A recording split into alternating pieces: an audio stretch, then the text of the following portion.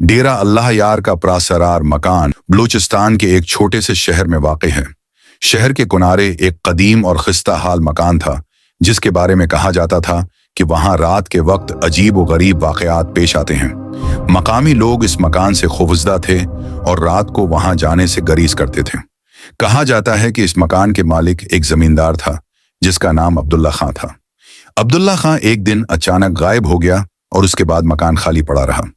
लोगों का कहना था कि अब्दुल्ला खां की रूह इस मकान में भटक रही है। कोई बुड्ढा मर गया है, उसकी आत्मा या ढूंढा वहां भटक रही। एक रात 3 नौजवान अली, फहद और बशरी ने फैसला किया कि वो इस पुरअसरार मकान का राज जानेंगे। रात के वक्त जब चांद की रोशनी मकान पर पड़ रही थी, वो मकान के करीब पहुंचे और दरवाजे को धक्का देकर अंदर दाखिल हुए। मकान के अंदर दाखिल होते ही उन्हें एक सर्द हवा का झोंका महसूस हुआ और दीवारों पर खून के धब्बे नजर आने लगे।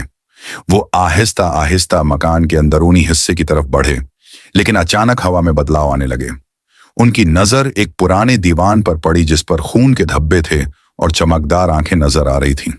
अली ने कहा, यह सब सिर्फ खौफजदा करने के लिए है, हमें बाहर जाना चाहिए। लेकिन फहद और बशरी ने फैसला किया कि वो मजीद तहकीक करेंगे।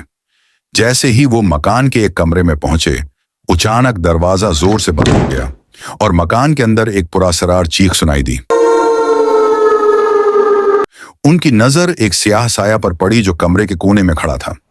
साया आहिस्ता आहिस्ता उनकी तरफ बढ़ने लगा और चीखों की आवाजें मजीद बुलंद होने लगी। बशरी ने एक रोशनी की किरण देखते ही हिम्मत करके दरवाजे को धकेला और तीनों ने भागकर मकान से बाहर निकलने की कोशिश की। इस रात के बाद वो मकान हमेशा के लिए बंद कर दिया गया। मकामी लोगों का कहना है कि अब्दुल्ला खां की रूह आज भी उस मकान में भटकती है। दादाजी लेकिन परदादा ने बोले कि अपन रात को नहीं जाना, रात को आत्मा भटकते। और जो भी इसमें दाखिल होता है वो कभी सुकून से वापस नहीं आता।